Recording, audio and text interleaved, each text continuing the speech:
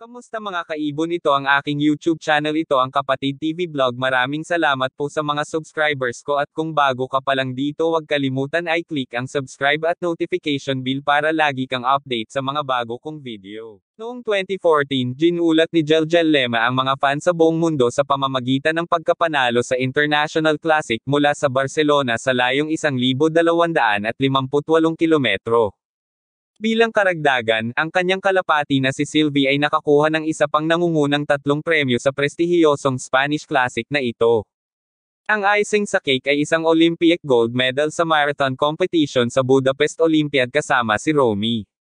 Ang mga tagumpay na ito ay maaaring may ugnay sa kanyang stock sear na NL98-1,364,798 Swart Gold, na, kasama ang kanyang partner na NL94-205,602-02, ay gumanap ng isang mahalagang papel sa kwento ng tagumpay ni Jel at ng kanyang ama na si Jelgel Lema sa ilang henerasyon. Ang gawing mas magandang season ang 2015 kaysa sa 2014 ay halos imposibleng gawain. Gayunpaman, maaaring magbalik tanaw si Jel sa isa pang magandang season na nanalo ng 4 na premyo sa teletext. Noong 2014, si Jelgel Lema ay nanalo ng maraming nangungunang premyo kasama ang kanyang mga inapo ni Swart Gold. Ang 2015 ay walang pagbubukod, nanalo siya ng ilang nangungunang premyo sa mga karera ng teletext mula sa Street, Vincent at Bergerac ngayong season. Si Jel Swart Gold ang maitim na checkered na cock ay nakuha mula sa K. Ackermans ni Yuba Semir, NL. Siya ay naging sear ng NL01-1,110,402 sa Sapphire First NPO Rofic 2003. NL01-1,110,401 Orion 6th National. Bergerac 4,588 na kalapati. At 7th National. Vincent Street, 1,373 na kalapati, at NL04-1,369,280 Jade the Dam of the Jade First International Barcelona 2014. Nanalo si Jelgel Lema ng Teletext Prize mula sa Street, Vincent at Bergerac noong 2015. Ang kanyang NL12-1,056,946 Tera, nagwagi ng 7th NPO at isang teletext prize, ay kabilang sa ika-4 na henerasyon ng Swart Gold. Susuriin natin ang 4 na henerasyon ng Swart Gold na ito, ngunit magsisimula tayo sa isang pangkalahatang ideya ng pinakamahusay na mga resulta ngayong season. Pansinin ang mataas na porsyento ng premyo at ang kadalian ng pag-uwi ng mga kalapati ni Jel, isa sa mga katangian ng kanyang lahi ng kalapati. May 30 Limoges Province Siam, afternoon release 811 kilometro. 1,420 na kalapati. 32. 61. 62. 69. 73. 82. 82. 86 na rank. 20 ang nakapag-rank sa 36 na kalapati niya. Ang mga oras ng pagdating 31 minuto pasado alas 6:36 minuto pasado alas 6:36 minuto pasado alas 6:48 minuto pasado alas 6:53 minuto pasado alas 6. July, yearling number NL01. 1110401 Orion 6th National Bergerac at 7th National. Street Vincent. Orion. Ang isa sa pinakamagagandang anak ni Swart Gold ay si NL01110401 Orion, na kabilang sa unang henerasyon ng mga teletext pigeon. Ang checkered cock na ito ay nanalo ng 6th National Bergerac 2004, 4,588 na kalapati, at isang 7th National Street Vincent 2006 1373 na kalapati. Siya ay naging sear ng nagwagi ng isang 6th National Street Vincent 2008. Orion din ang lolo sa tuhod ng isang 6th National Street Vincent ZLU 2015. Yearling NL11. 1292679 Klein Jade, nagwagi ng First International. Ang Barcelona 2014 ay apo ni Swart Gold. Klein Jade, First International Barcelona 2014. Ang international winner mula sa Barcelona 2014 na ay isang maliit na checkered hen at kabilang sa ikalawang henerasyon ng Swart Gold. Nakipagkarera siya sa isang bata na malapit ng mawalay, at isang itlog na 15 araw ang gulang.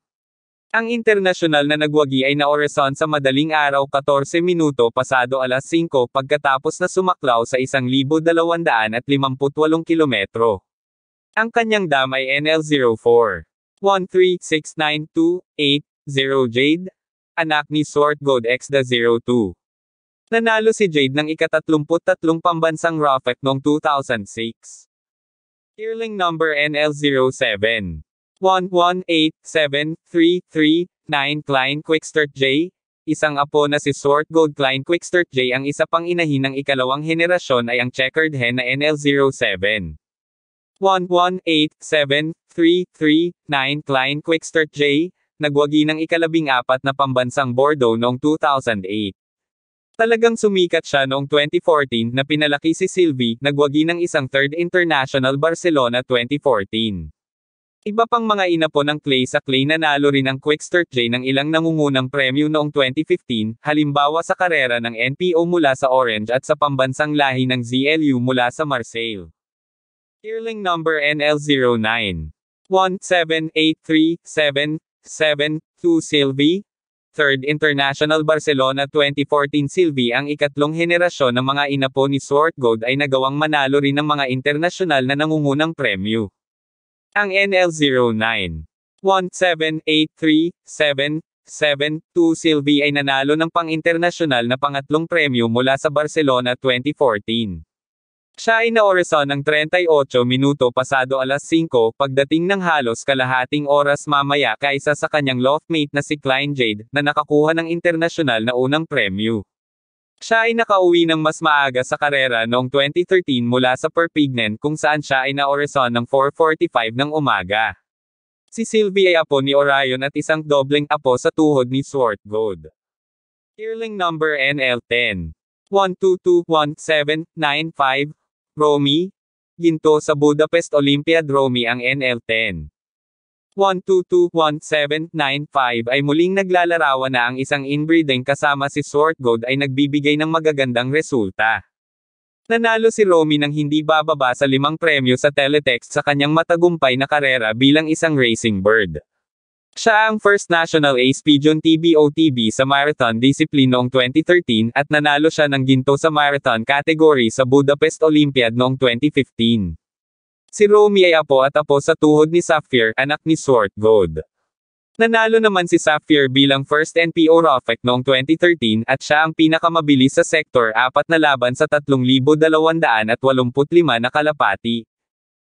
Dalawang teletext prizes sa NPO race mula sa Bergerac. Isang bagay na espesyal, nanalo si Jelgel Lema ng 2 premyo sa teletext mula sa Bergerac, ika-7 at ika-9 na NPO 2,637 na kalapati, at inulit ng kanyang ama na si Alts ang pagganap na iyon, ika-5 at ika-8 NPO Bergerac 1043 na kalapati. Lalawigan ng Friesland sa parehong katapusan ng linggo. Ito ay isang bagay na medyo kakaiba sa aming sport.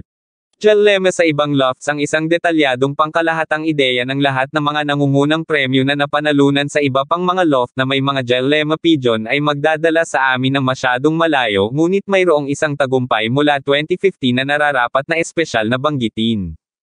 Nagtagumpay si Benno Castelline Hengelo, NL, na manalo ng pambansang unang premyo mula sa kahor sa Sektor 3, 4,838 na kalapati. Kasama ang NL14. 1562767 Silver Lady. Ang hen na ito, na nagmula ng 2 beses mula sa NL04. 1369265 Intilt Sapphire at Son Nirvana, ang pinakamabilis din sa kabuoan laban sa 12,717 kalapati. Pangwakas na mga salita, nakamit ni Jelgel Lema ang magagandang resulta sa kanyang mga kalapati na malayuan ng paulit-ulit. Ang kanyang mga batang ibon ay kumpletuhin ang buong programa sa lalawigan kung saan saklaw nila ang maximum na 500 kilometro. Ang susunod na hakbang ay i-basket ang mga ito ng 2 beses o 3 beses para sa isang marathon race bilang 1 taong gulang. Iniisip ni Jel na hindi ito dapat maging problema para sa anumang magandang kalidad na kalapati. Sa palagay ni Jel, kailangan ng isang solidong diskarte, isang mahusay na pinag-isipang loft at mahusay na paghahanda upang maging isang matagumpay na fansher. Ngunit upang talagang maging kakaiba sa iba, kailangan mong malaman kung paano mag-breed ng mga nangungunang kalidad na kalapati. Ang ganitong mga kalapati ay resulta ng mahusay na mga bloodline at isang maingat na pamamaraan sa pagpili. Well, wala kaming maisip na mas magandang paraan ng paglalagay nito. Dalawang teletext. Click here. Click here. Click here. Click here. Click here. Click here. Click here. Click here. Click here. Click here. Click here. Click here. Click here. Click here. Subscribe.